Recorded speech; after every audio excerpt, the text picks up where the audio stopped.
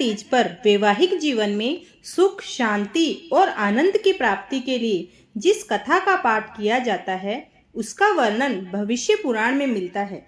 हरतालिका व्रत रखने वाले व्रतियों को इस कथा का पाठ करना चाहिए अथवा श्रवण करना चाहिए। धार्मिक मान्यताओं के अनुसार इस कथा के पाठ के बिना हरतालिका तीज व्रत का अधूरा रह जाता है। भक्तों, आइए सुनते हैं हरतालिका तीज व्रत में सुनी जाने वाली कथा।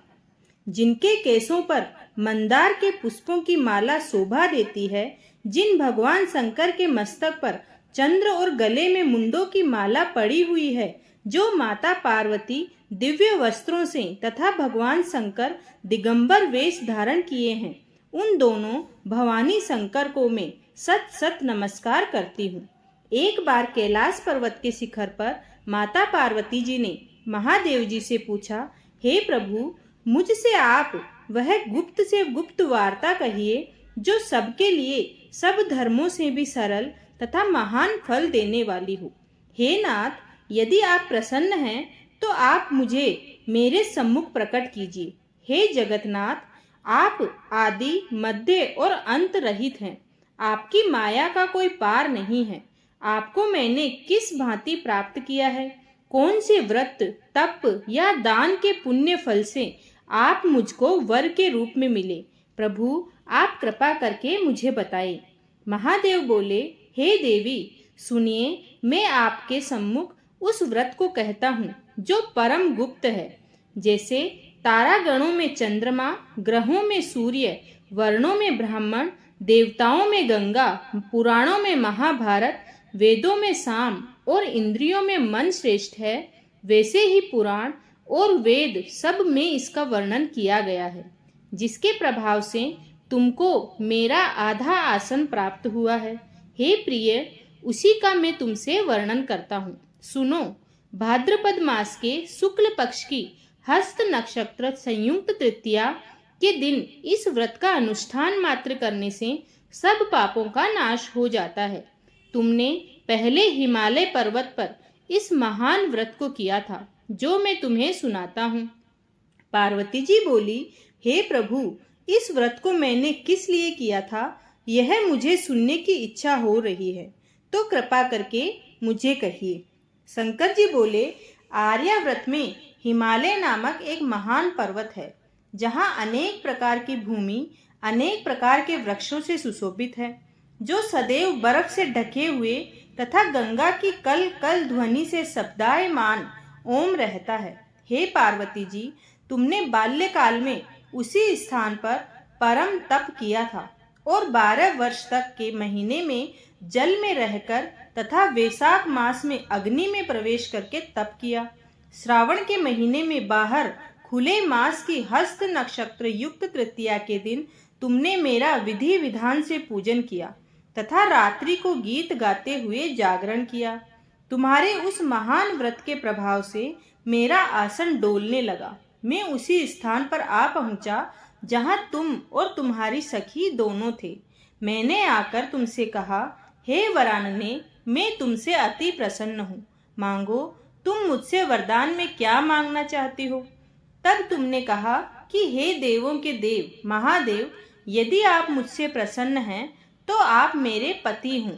मैं तथास्तु कहकर कैलाश पर्वत को चला गया और तुमने प्रभात होते ही मेरी उस बालू की प्रतिमा को नदी में विसर्जित कर दिया। हे सुबह, तुमने वहां अपनी सखी सहित व्रत का पारायण किया। इतने में तुम्हारे पिता हिमालय भी तुम्हें ढूंढते ढूंढते उसी घने वन में आ पहुंचे। उस समय उन्होंने नदी के तट पर 2 कन्याओं को देखा, तो वे तुम्हारे पास आ गए और तुम्हें हृदय से लगाकर रोने लगे और बोले, बेटी, तुम इस सिंह व्याघ्नादि युक्त घने जंगल में क्यों चली आई? तब तुमने कहा, हे पिता, मैंने पहले ही अपना शरीर शंकर जी को अर्पित कर दिया था, लेकिन आपने इसके विपरीत कार्य किया, इसलिए मैं वन में चली आई। ऐसा सुनकर हिमालय राज ने तुमसे कहा कि मैं तुम्हारी इच्छा के विरुद्ध यह कार्य नहीं करूंगा। तब वे तुम्हें लेकर घर वापस लौट आए और तुम्हारा विवाह मेरे साथ कर दिया। हे प्रिय, उसी व्रत के प्रभाव से तुमको मेरा अर्धासन प्राप्त हुआ है। इस व्रतराज को मैंने भी अभी तक किसी के सम्मुख वर्णन नहीं किया है। हे देवी, अब मैं तुम्हें ये बताता हूँ कि इस व्रत का यह नाम क्यों पड़ा। तुमको सखी हरण करके ले गई थी, इसलिए हरतालिका नाम पड़ा। पार्वती जी बोली, हे स्वामी, आपने इस व्रतराज का नाम तो बता दिया, लेकिन मुझे इसकी विधि और फल भी बताइए कि इसके करने से किस फल की प्राप्ति होती है। तब भगवान शंकर जी बोले, इस स्त्री जाति के अत्युत्तम व्रत की विधि सुनिए। सौभाग्य की इच्छा रखने वाली स्त्रियां इस व्रत को विधि पूर्वक करें। केले के खंभों से मंडप बनाकर उसे बंधन वारों से सुशोभित करें। इसमें विविध रंगों के उत्तम रेशमी वस्त्र की चांदनी ऊपर तान दें। चंदन आदि सुगंधित द्रव्यों का लेपन करके स्त्रियां एकत्र हों। शंख, भेरी, मृदंग आदि बजाएं। विधि पूर्वक मंगलाचार करके श्री गौरी शंकर की बालू निर्मित प्रतिमा स्थापित करें। फिर भगवान शिव, माता पार्वती जी का गंध, धूप, पुष्प आदि से विधि पूर्वक पूजन करें। अनेकों नैवेद्यों का भोग लगाएं और रात के समय जागरण करें। नारियल, सुपारी, जवारी, नींबू, लौंग, अनार, नारंगी आदि ऋतु फलों तथा फूलों को एकत्रित करके धूप, दीप आदि से पूजन करके कहें, हे कल्याण स्वरूप शिव, हे मंगल रूप शिव, हे मंगल रूप महेश्वरी, हे शिवे, सब कामनाओं को देने वाली देवी, कल्याण रूप तुम्हें नमस्कार है। कल्याण स्वरूप माता पार्वती, हम तुम्हें नमस्कार करते हैं। भगवान शंकर जी को सदैव नमस्कार करते हैं। हे ब्रह्म रूपिणी, जगत का पालन करने वाली माँ, आपको नमस्कार है। हे सिंह वाहिनी, मैं सांसारिक भय से व्याकुल हूँ, तुम मेरी रक्षा करो। हे महेश्वरी, मैंने इसी अभिलाषा से आपका पूजन किया है। हे पार्वती माता, आप मेरे ऊपर प्रसन्न होकर मुझे सुख और सौभाग्य प्रदान कीजिए। इस प्रकार के शब्दों द्वारा उमा सहित शंकर जी का पूजन करें। विधि पूर्वक कथा सुनकर गो, वस्त्र, आभूषण आदि ब्राह्मणों को दान करें। इस प्रकार से व्रत करने वाले व्रत के सब पाप नष्ट हो जाते हैं।